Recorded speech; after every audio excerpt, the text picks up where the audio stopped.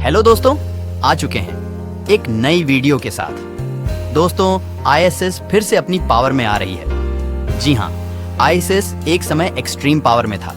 उसे यूएसए के द्वारा मल्टीपल ऑपरेशन को अंजाम देकर आज के समय पर आईसीएस को ऊंट पालकर अपने जीवन गुजरने पर मजबूर कर दिया। लेकिन बदलते वक्त के साथ आईएसएस को फिर से खड़ा किया जा रहा है। आईएसएस अपनी खोई हुई पावर के साथ फिर से लौट रहा है। हाल ही में रसिया की राजधानी मॉस्को के एक थिएटर में आईएसआईएस के द्वारा हमला हुआ। इस हमले में रसिया के लोगों को गोली से भून दिया गया। यह हमला रूस के लिए अमेरिका में हुई 9/11 हमले से कोई कम नहीं। हालांकि अमेरिका को पहले से इस हमले के बारे में पता था और अमेरिका ने रूस को इन्फॉर्म भी किया था, बट रसिया ने अमेरिका की दिए हुए इंफॉर्मेशन को इग्नोर कर दिया था उस समय। क्या है आईसिस, कैसे हुआ आईसिस का गठन और कैसे हुआ आईसिस का पतन, और आज के समय पर कौन आईसिस को दोबारा से रीबिल्ड कर रहा है, आज के वीडियो में जानेंगे। और हाल ही में भारत के अंदर भी आईसिस की एक्टिविटी पाई गई।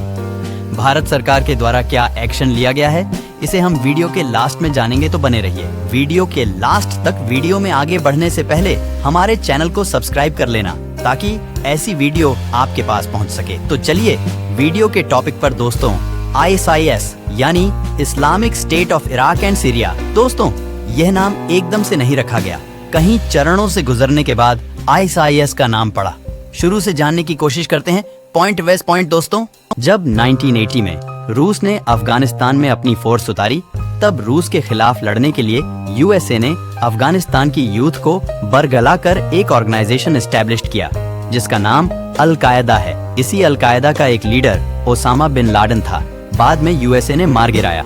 ये अलग टॉपिक है, इस टॉपिक को बाद में किसी और एक वीडियो में कवर कर लेंगे। फिलहाल आज की टॉपिक पर बात करते हैं। तो अल कायदा को यूएसए के द्वारा बनाया गया रूस को काउंटर करने के लिए। अल कायदा का मेन उद्देश्य था रसिया को अफगानिस्तान से बाहर निकलवाना। जब रूस लास्ट में अफगानिस्तान से चला गया, तब अल कायदा ने पूरी दुनिया में जिहाद फैलाने का ऐलान किया। अब अल कायदा सिर्फ अफगानिस्तान में ही नहीं, पूरी दुनिया में इस्लामी नियम लागू करने के सपने लेकर खड़ा हुआ। उस समय अल कायदा सबसे पावरफुल टेररिस्ट ऑर्गेनाइजेशन था। उसी बीच में इराक में एक पावरफुल लीडर उभर कर आए, सद्दाम हुसैन, जो यूएसए का सबसे बड़ा थ्रेट है। शायद आपको पता होना चाहिए, 2003 में यूएसए ने इराक पर अपनी सेना उतार दी। सद्दाम हुसैन को हटाकर एक डेमोक्रेटिक गवर्नमेंट लाने की कोशिश कर रहा था यूएसए। जब सद्दाम हुसैन को मार दिया गया, तब इराक में पावर वैक्यूम क्रिएट हो गया। कौन इराक का पावर लेगा, इसका रेस लगने शुरू हुआ। तब अफगानिस्तान में बैठा हुआ अल कायदा का एक विंग, अल कायदा इन इराक के नाम पर एक ब्रांच खुला। इराक में अल कायदा इन इराक का लीडर बनाया गया था, जरखाबी को। जब जरखाबी पावर में आया, तब उसका मोटिव था इराक में एक खलीफा बैठाना और इराक को एक इस्लामिक स्टेट घोषित करना। सरिया लॉ के अलावा इराक में दूसरा कोई भी लॉ नहीं होना चाहिए। लेकिन अमेरिका ने सद्दाम हुसैन को हटाया ही इसलिए ताकि इराक में एक डेमोक्रेटिक सरकार बैठा पाए।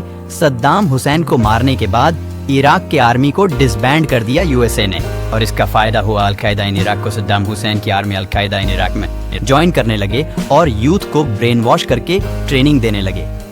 यूएसए के द्वारा बनाई गई संगठन अल कायदा का विंग अल कायदा इन इराक अब यूएसए के खिलाफ लड़ने लगा।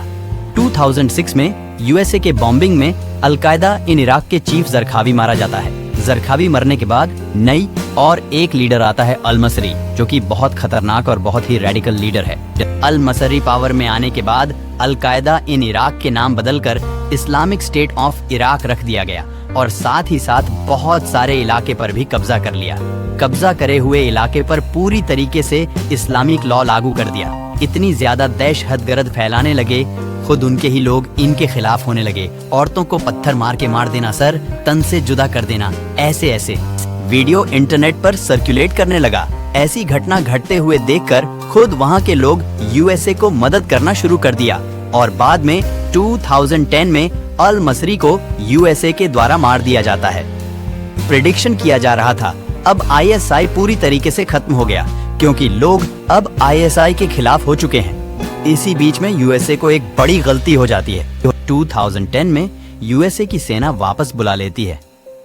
उस समय यूएसए का प्रेसिडेंट बराक ओबामा थे। 2011 में ISI का पूरी पावर ले लेता है। अबू बकर अल बगदादी पावर में आते ही सीरिया में भागकर चला जाता है, क्योंकि लोगों का समर्थन उसके पास नहीं था। खास बात यह है 2011 में सीरिया में शुरू हो जाता है सिविल वॉर। इस सिविल वॉर के वजह से अबू बकर अल बगदादी को मौका मिल जाता है अपनी पावर को बढ़ाने के लिए। सीरिया के यूथ को ब्रेन वॉश करके अपनी सेना में भर्ती कराने लगा। सीरिया के सरकार के खिलाफ युद्ध करने के लिए बाद में अबू बकर अल बगदादी ने 2013 में ISI से नाम बदलकर Islamic state of Iraq and Syria ISIS रख दिया। अबू बकर अल बगदादी 2013 में पावर में आने के बाद फिर से इराक में एंट्री करता है और बहुत सारे बड़े बड़े इलाके पर कब्जा कर लेता है। अबू बकर अल बगदादी के समय पर सिर्फ ISIS इराक और सीरिया पर ही नहीं, पूरी दुनिया में जिहाद फैलाने लगा। अलग अलग देश से रेडिकल इस्लामिक लोग ISIS ज्वाइन करने लगे और पूरी दुनिया में सुसाइड बॉम्बिंग जैसे हमले को अंजाम देने लगा। पूरी दुनिया को बंदूक के दम पर डराने लगा। लेकिन 2019 में डोनाल्ड ट्रंप के समय अबू बकर अल बगदादी को मार दिया गया।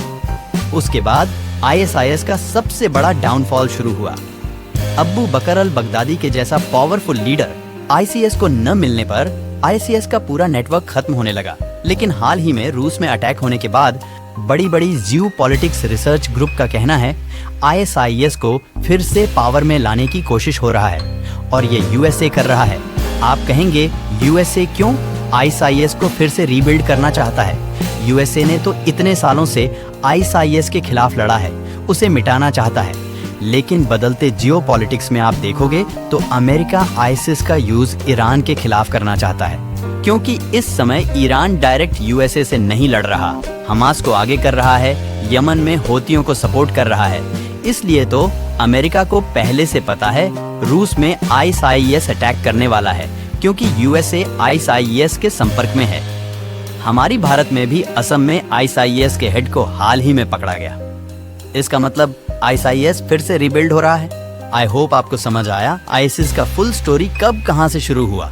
तो आज के लिए इतना ही, मिलते हैं नेक्स्ट और एक टॉपिक के साथ। तब तक के लिए जय हिंद।